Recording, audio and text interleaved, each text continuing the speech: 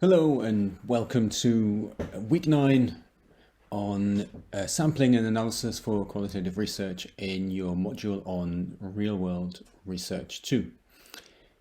In the last pre-recorded slideshow, I talked about one particular method and perspective of doing research, that was ethnography, and we had a really interesting guest speaker during our live session. Today, I'm taking a step back, if you will, to think about some of the aspects that you would consider when doing an ethnography. But I will also talk about these kind of sampling and analysis aspects that you will do for any kind of qualitative social research. So let's have a look at today's aims of the lecture. So quite generally, what we're trying to do is to prepare you for deciding on key aspects of your research project. That is on sampling for qualitative research, so whom to research, and on qualitative data analysis, how to make sense of your data. And specifically, I will discuss qualitative sampling to address some strengths and limitations of different sampling methods, and also discuss qualitative data analysis. So let's start with a quick recap of the distinction between qualitative and quantitative research and analysis. We've got a table here with two columns, on the left qualitative, on the right quantitative, and I'm just going through some of the key distinctions between those two.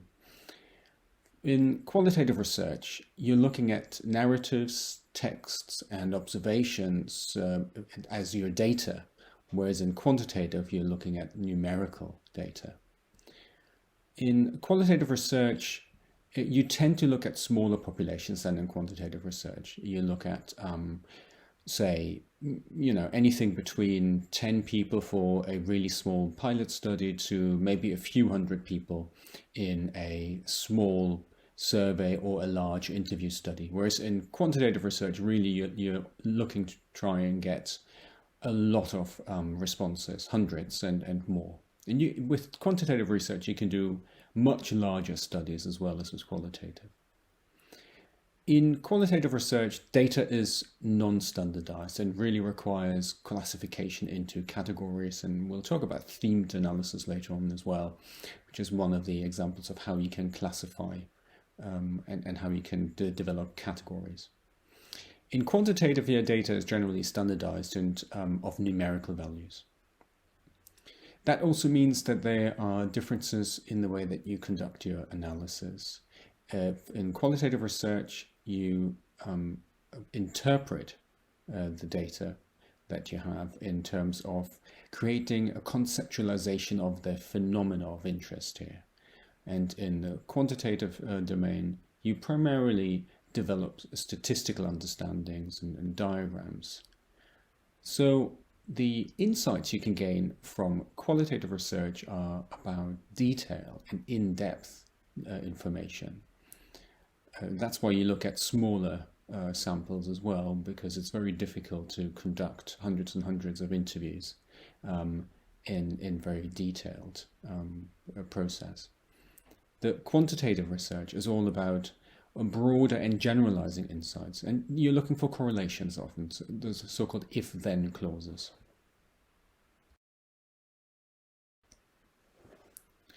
So in this lecture, of course, I'll focus on qualitative research, and qualitative research broadly is interpretive and social constructivist. So what that means is when you try to interpret your research, you're really unlocking the black box of social phenomena. You're not just looking at what happens, but you're looking into the kind of phenomena, how it happens, why it happens, and who is involved, and kind of what effects, what impacts it might have. And you're making sense of the social world by applying a theoretical lens. A really broad theoretical lens is social constructivism, which understands the social world as constructed through individual and collective experiences. So, for example, everyday aspects like gender, justice, identity, power, money, labor, crime, they're all not simply given, occur independent of society and individuals, but they are actually defined and performed and lived through individuals and the social relationships and organization that we find in society.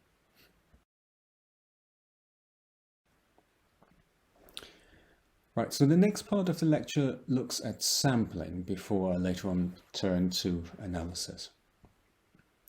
So ideally, you want to collect information about every member of the population. So if, for example, if you conduct a census, which is coming up in a few days' time, that's a very rare research undertaking. And of course, it's quantitative research.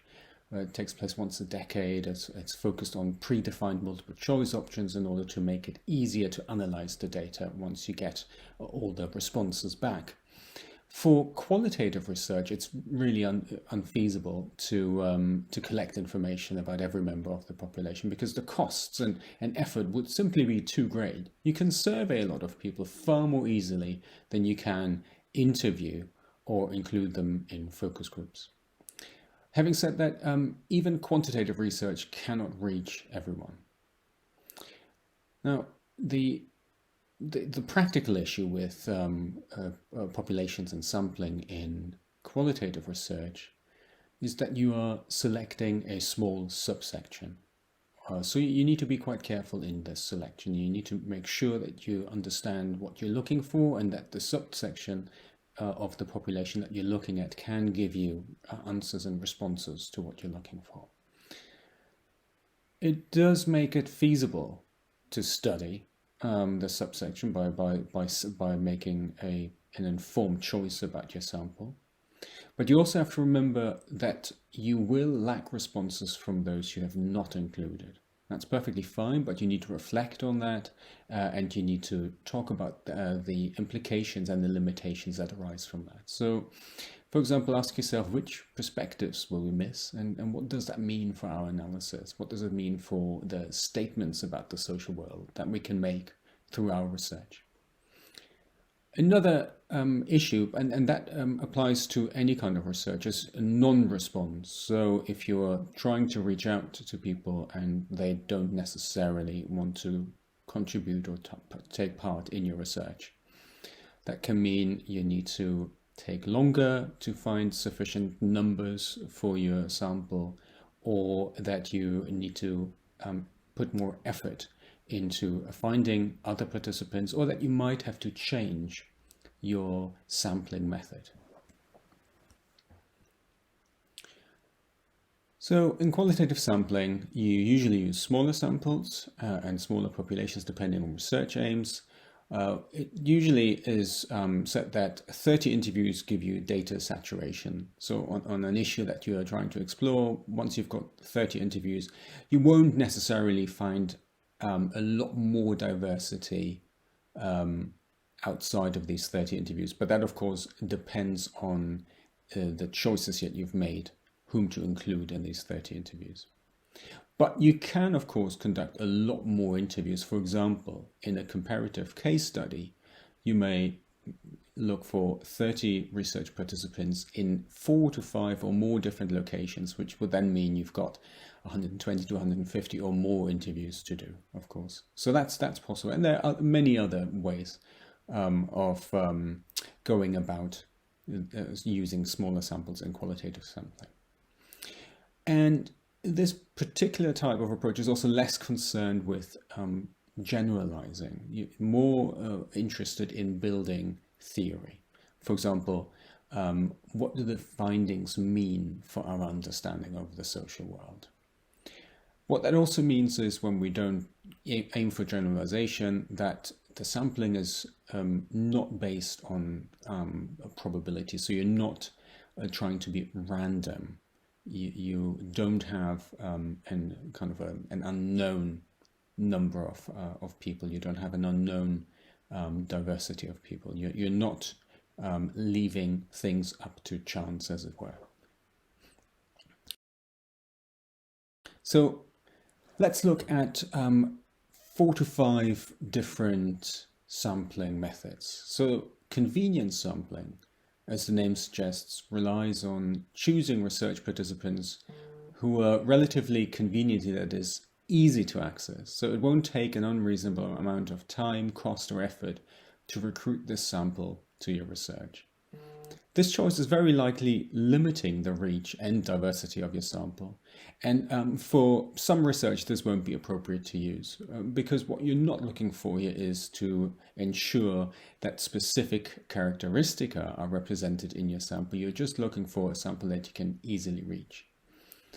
But still, researchers have used convenient samples to address issues of aging, inner city poverty, the stigma of wheelchair use, and HIV counseling. So there is an element of purpose involved in convenience sampling as well. But we'll come to a specific way of even looking more purposefully for people involved in your sampling. Now the second very common sampling method is snowball sampling. So in its simplest formulation, snowball sampling consists of identifying research participants with the key characteristics you're looking for, and then to rely on their recommendations and their referral of you as the researcher to other potential research participants. Snowball sampling has a number of advantages for sampling populations, such as the deprived, the socially stigmatized, and elites, because you can come recommended by someone you've already approached. The use of snowball strategies provides a means of accessing vulnerable and more impenetrable social groupings. However, the nature of similarity within social networks may mean that isolated or outlying perspectives remain ignored or underexplored.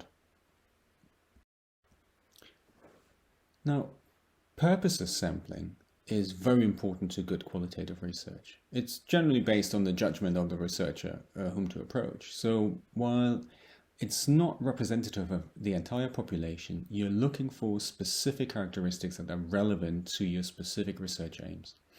Again, this means this is not a randomized sampling method, and generally you're not really using randomized sampling in qualitative research. In purposive sampling, you choose your sample by critically assessing which parameters of the population you're interested in, and you look at where they are most likely to occur. Another purposive form of sampling is sampling via an intermediary or a gatekeeper. And this works particularly well in order to recruit hard to reach or protected populations, because you can go via an intermediary who already has access to these populations. So you're looking at an agency who can facilitate access to such groups, for example, through a drug outreach project, a homeless hostel, a community rehabilitation company, and so on and so forth. There's still issues with the sampling here. Quite often you collect data from everyone who's willing to give up their time, and not from those who are not. And of course you have to negotiate access to this particular group via the agency, and that can be very time consuming. Just consider if you want to conduct research in prisons or in the NHS and the National Health System, it can take quite a long time to negotiate access there. What's really important with a lot of these types of sampling is that the population that you sample will almost always consist of those with less complex needs. So often this means that you won't be gaining those views of those which are less able to participate in research that does not make special dispensations for working with, for example, people with learning disabilities. So that's maybe also something to consider for research and to reflect on. And then the last type of sampling method that I briefly want to mention is quota sampling, where you're trying to include specific diversity. It's a method really of selecting respondents for surveys. You can do small-scale surveys in qualitative research as well, where researchers assign certain quotas to interviewers that define groups of respondents by using a few key demographic characteristics. Examples include selecting extreme or deviant cases, selecting what is considered to be a typical case, seeking maximum variation in your sample and selecting critical cases. So the example here is from research where children may have died despite of contact with social services, health services, and so on and so forth.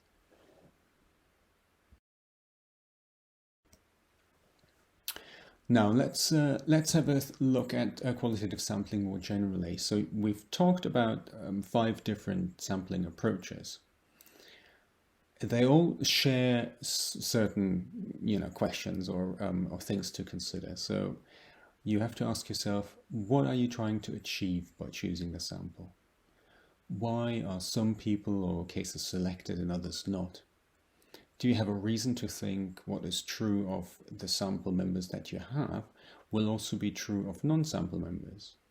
And your response will be different, whether that is a yes or a no, or sometimes you might not even know. But it's good to reflect on these questions. Then, of course, it's really important to ask yourself how you will write about this research in order to highlight both the strengths of the sampling method and its limitations.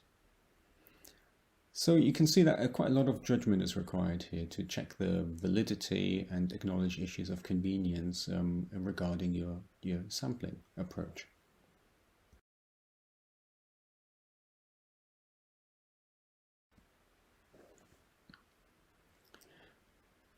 So the final part of the lecture focuses on analyzing qualitative data. There are many ways of conducting qualitative data analysis methodically, and I will only focus on a small number of approaches that are very commonly applied in qualitative analysis. Research reflectivity is really, really important here. That's the researcher thinking about their own position and about their own approach to research. And we talked about this in terms of ethnography as well, that reflexivity is absolutely at the core here. And that can include keeping notes on the decisions that you're making whilst you're analyzing your data. But also in terms of theory, the reflexivity of the researcher really is key in making sense of the data. So generally, these analysis approaches are theory-based on how we can know and experience the world. So that's the epistemological aspect. How we are, who we are, and how we understand ourselves and others, the kind of ontological aspect, and questions about how we should act, the ethics. And that third point is particularly pertinent for how you conduct your research and how you report on the findings from your research, and also what the implications might be for your research for example, the social world that we live in, for the populations that you've studied, but also for society more generally.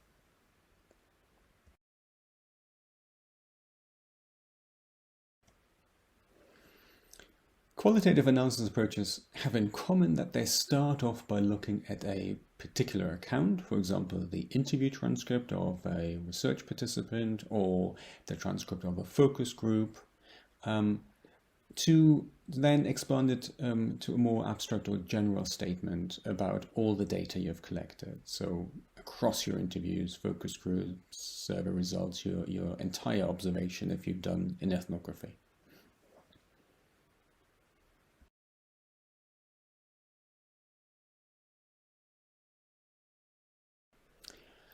So there are some key types of qualitative analysis, which you can see on this slide. We've got comparative analysis, thematic analysis, discourse analysis, and narrative analysis. These are really common approaches, and often researchers combine one or more approaches in order to better understand the complex data that they have produced in research. So comparative is about comparing and contrasting data until no more new themes emerge. Thematic analysis is based on a coding scheme which uses categories designed to capture the main themes in your data. Discourse analysis is concerned with the structures and functions of talk and text. So it also looks at how what we say and what we do performs certain social interactions, certain social concepts, certain social organization. And the narrative analysis looks at diverse kinds of text that have a common storied structure. Qualitative content analysis draws on a narrative approach. So content analysis is another type of common qualitative analysis.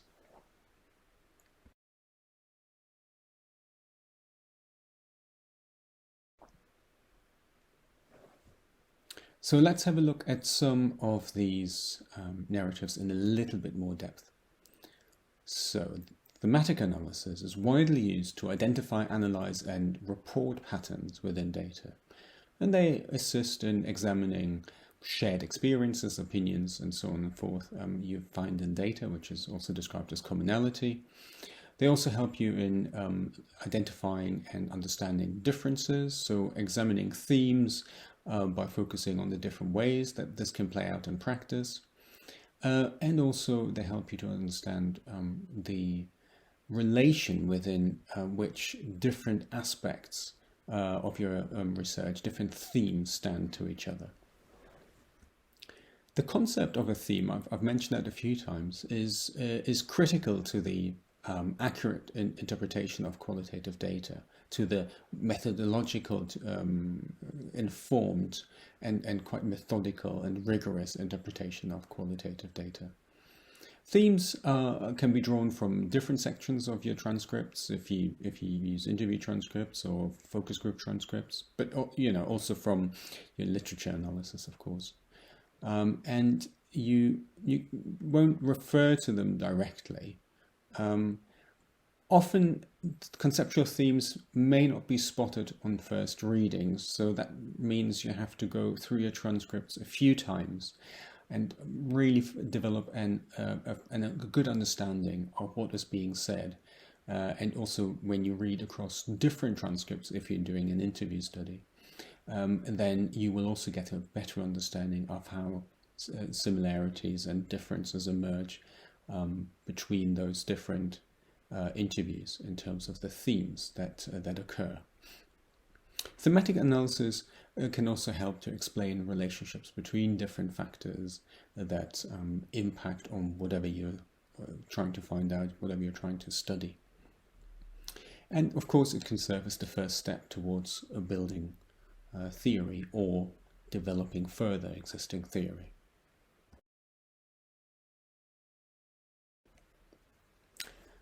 Narrative analysis refers to a cluster of analytical methods for interpreting texts or visual data that have a storied form.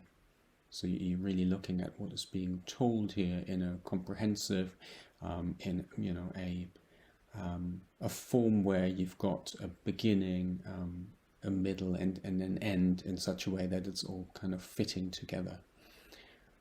A common assumption about the narrative method is that people tell stories to help organize and make sense of their lives, and that their storied accounts are functional and purposeful. So these accounts are there to convey something, to put into perspective experiences. Two of the possible approaches in narrative analysis are, again, thematic analysis, but also structural analysis. So how is the narrative constructed and made persuasive by the research participants? So you can already see there is some overlap in the way that these analysis methods work. And as I said earlier, often you'll find that you're probably going to use more than one approach in looking at your data.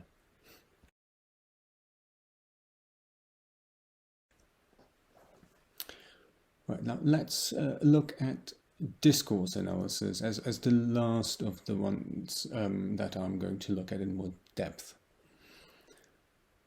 So discourse analysis really brings together several approaches to analyzing written and spoken language beyond words and sentences. And the focus here really is on the use of language within a social context. So that's what discourse means. It's not just talking, but it's rather the social interaction around a particular issue. Other forms of analysis also fall under this category. For example, conversation analysis, which looks at everyday conversations, such as looking at mechanisms of turn taking or analyzing speech acts and really what they perform. When you say something, what does that do? Another form of analysis here is critical discourse analysis, looking at how language reinforces social and political inequalities. Discourse analysis, some say, can be even more subjective than other forms of qualitative data analysis. So that means you have to reflect carefully of what you're doing, both in your analysis and in your writing up. And of course, that means also that when you write a methodologies section, where you reflect on how you go about producing and analyzing data, you will need to spend some time on reflecting on discourse analysis. In the case of interviews, especially when you do conversational analysis, it may be difficult to get consent from your research participants to do so, because they may be uncomfortable with you looking at how they talk and what that means for their social interaction. But you can also do discourse analysis on a wider level. So, for example, on a specific topic in a particular environment, in a particular social environment. And then, of course, you're not necessarily looking just at individuals, but you could also be looking at how language is used by institutions, for example, in reports or in policies that are being developed, or in legal texts and bills, which are about intentions of the law. Discourse analysis is not really suitable for research where very practical recommendations are the desired outcome, because you are trying to theorize with discourse analysis, and the outcomes of your research would have to be translated a bit further in order to develop practical recommendations. One way of conducting discourse analysis consists of these steps: to read your transcripts, if you're doing an interview study or a focus group study, to identify themes in the data, to identify the language that is used to construct each theme, and then to identify commonalities in the use of language in relation to the theme.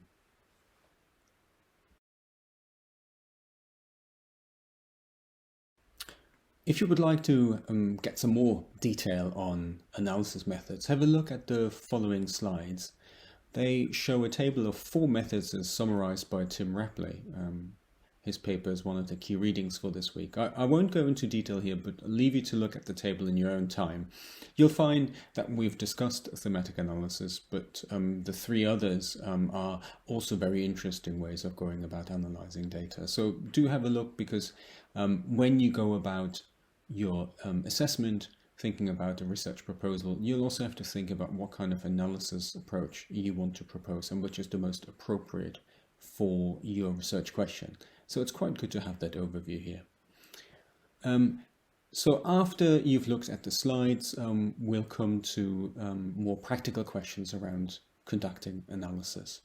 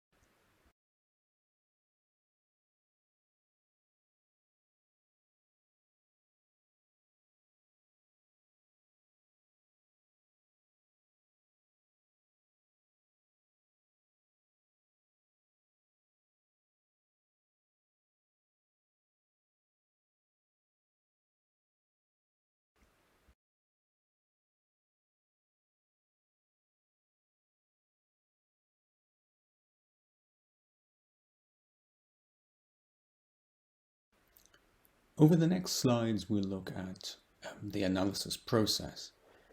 So we'll be looking at the early stages, transcription process, summaries, and spend a bit of time on coding because that's central to your qualitative analysis. In the early stages, you will be transcribing interviews or focus groups, or you'll be identifying key texts or other data sources for your analysis. You'll bring them together and then you will be reading and rereading all the data that you've got.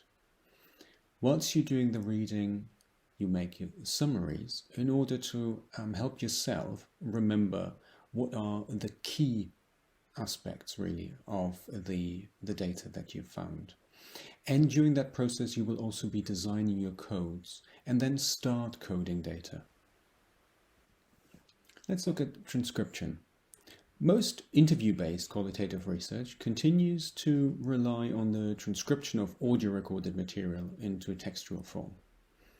The production of accurate and high-quality verbatim transcripts, verbatim means word by word, is integral to establishing the credibility and trustworthiness or the rigor of qualitative research. You really must try to minimize errors so that they do not reverse or significantly alter the meaning of what was said. So that's quite problematic because errors can lead the researcher to misinterpret and misquote research participants, to get things wrong. And obviously that's what you want to avoid. When you have other sources of data, such as texts or visual material and so on and so forth, you can do a form of transcription where you deliver a detailed description of an image in order to help you make sense of it. You would then use the description with the image itself to take the next step in the analysis project. And that is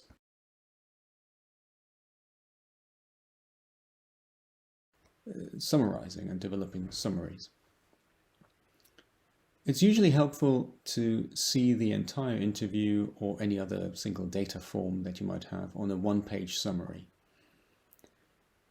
Because you'll find that when you do interviews and you transcribe them, you just go into a lot of pages. If you conduct half-an-hour interview, you might still end up with, a good 10 to 15 pages of text. And usually interviews take between 60 to 90 minutes. And you have a lot of pages of text. So having a one-page summary really helps you to set yourself up for the coding process, which I'll describe next. People often repeat themselves in interviews and in focus groups, and they give details which are not central to the point being made. And in the summaries, you can kind of sort of weed that out a little by not emphasizing that, but emphasizing the important aspects that you're looking for. Summaries also make it easier to make comparisons between cases. You're looking at one interview and you're summarizing it, and you're looking at the next one and summarizing it, and then you can really start to develop a better understanding of the differences and similarities of the relationships of different themes. And having a summary at hand, you're also less likely to at some point think, oh, who said that? Where did I find that? Summaries are not the document you would then continue working with, because you will have to return to the full transcripts. It just helps you to get a sense of the data, not to fully understand it, but to have a sense of it.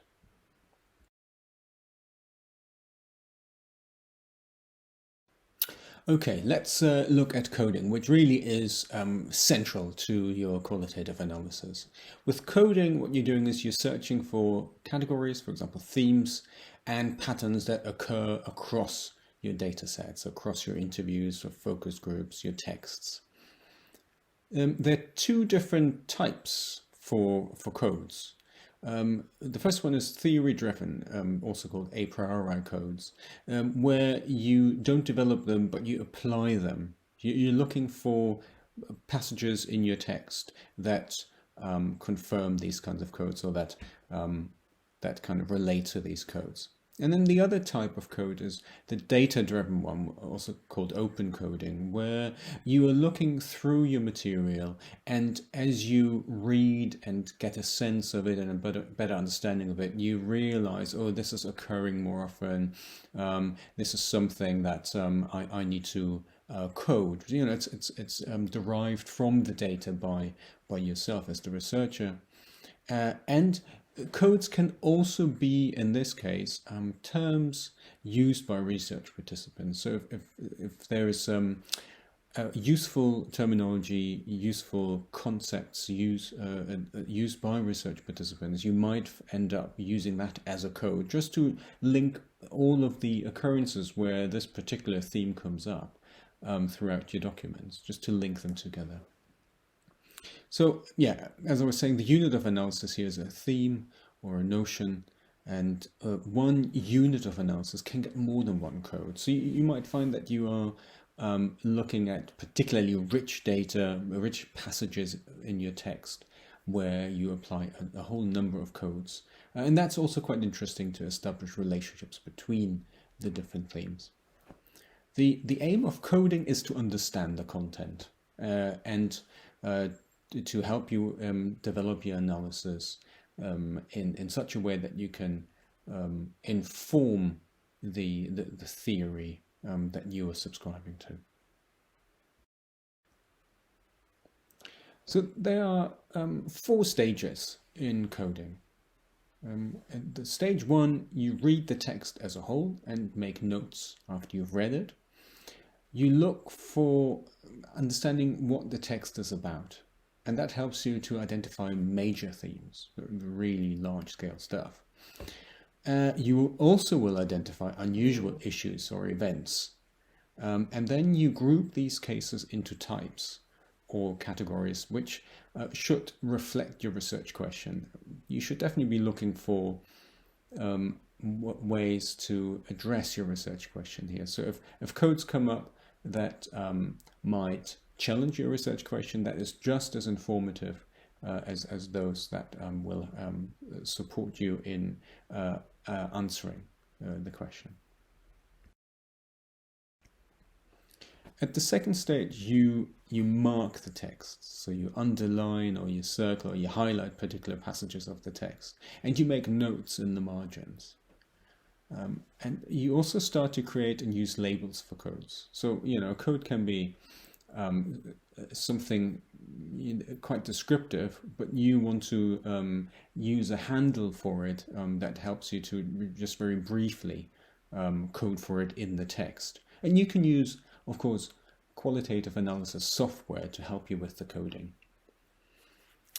You will highlight keywords in this stage and note any analytical ideas that might crop up. In the third stage, you will then systematically mark the text. So go through it again and really apply the insights that you've already achieved at stages 1 and 2. And here you start to indicate what chunks of text are about, you know, the kind of themes. It's almost like you're putting an index there. You also will, at this stage, review the codes, because the more you read, the more you code, the more you understand. You might find, well, I can bring some codes together, or I need to split one code into smaller codes because that gives me more analytical depth. So, you know, you will have a lot of different codes at this stage. But that can always be reduced. At this stage, you really want to go for the richness of data. And in the fourth stage, you realize that coding is just part of your analysis, because now you have to move on to your interpretation and to identify the significance of these particular coded themes for your research participants. And you're trying to trace and interpret the connections between the codes to build a richer picture, to build your own story, your own narrative of what you're seeing here. And that helps you then to develop the relation between codes and of these codes to your research question and the research literature that you work in. So let's have a look at an example of coding, just very briefly. So say you have a block of text which you analyze. You read it through, you kind of get a sense of what's going on here. And then you set up your codes. So for example, someone mentions young fellows, indicating that the person talking here is not considering themselves to be a young fellow. So already one of the codes here is age contrast. That's that bit here. Then they talk about the village, which is a very local, a kind of a localized code, which is about the residents, that they both make a relevant contribution to questions around employment, which this text is about. And then really, as you can see, it continues on by making developing relations between age and residence and work, and that the young, for example, here find work more easily. And an interesting element is that some of these assumptions in the text are made by word of mouth. So that's one way of knowing, if you will, if you want to code this as one way of knowing, and that there is this contrasting with the respondents, the research participants' own situation here, and what that would mean for them in the way that they can go about employment. So you can see just a small text, a small chunk of text can have quite a lot of codes and can describe a really, really rich picture, which you need to take apart in order then to analyze and interpret. And then interpreting, you're kind of reassembling your findings from different parts of the work.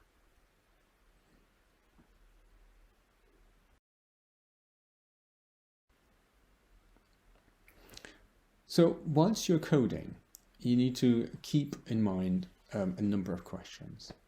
So first of all, it's important that you try to understand what is going on and what's the story being told. What are the people in the story doing, and what is the person actually saying? What do they mean? You know, you are here to make sense of what they're saying, to imbue it with meaning, because sometimes the meaning can be hidden, it can be implied, and you're trying to open that up. Earlier we talked about the black box of social interactions in the social world. Here really you are opening up this black box and shed light on it. And that also contains thinking about what the actions and statements that you're looking at assume, and how do the structure and context serve to support, maintain, impede, or change these actions and statements.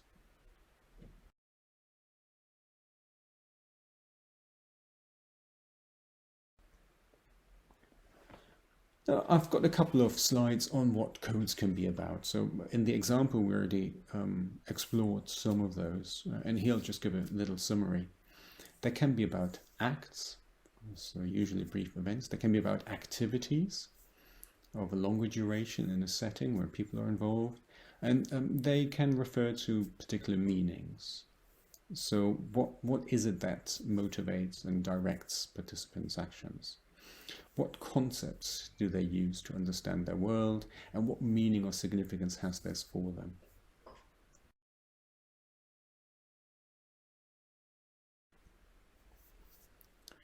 You also look at coding around participation. So what are people involved in? How do they adapt to a particular setting? For example, you look at relationships, so you code for relationships between people, but also between other things, and you code for settings, the context of the events under study, and also within how the context of the events that you are researching kind of fit together. You also look at coding around participation. So what are people involved in? How do they adapt to a particular setting? For example, you look at relationships, so you code for relationships between people, but also between other things, and you code for settings, the context of the events under study, and also within how the context of the events that you are researching kind of fit together.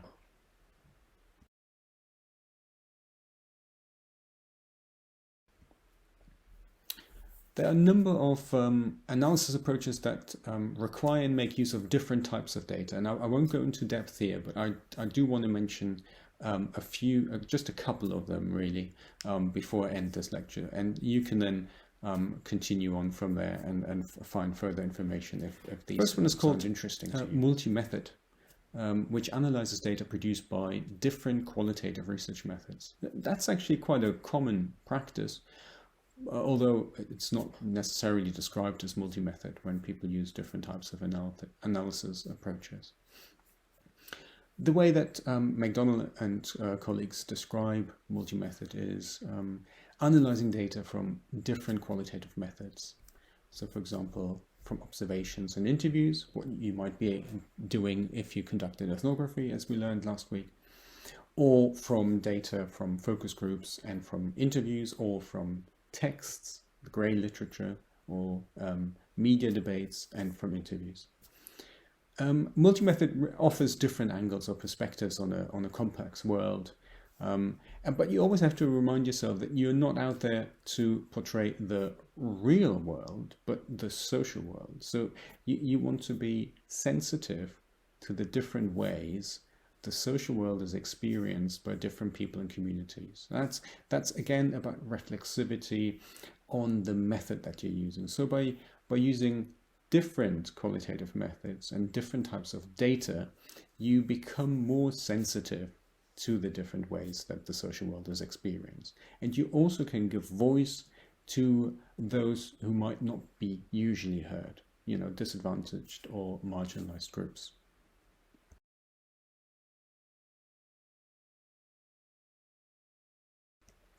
The other method, a kind of combined method that I just want to briefly mention, is mixed methods. It brings together qualitative and quantitative data, and that's becoming increasingly popular. It is complex and it is not that easy to do, but it does seek to generate a rich picture of the complex social world using quite diverse forms of data.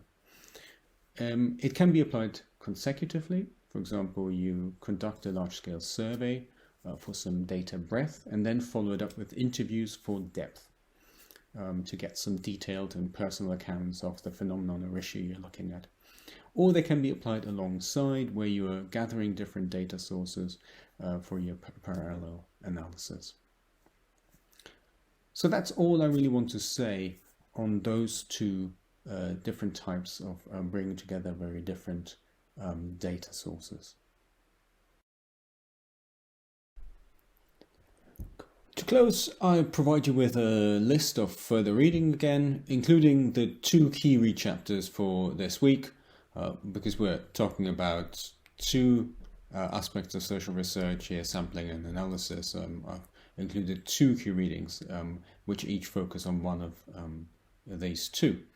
Please check out the University Library Service for accessing the readings, because they're not open access. I can't upload them to Blackboard. Thanks for watching this week's slideshow. Please take a look at the worksheet and work through some of the tasks on there. And I shall see you on Monday for our next guest and interview.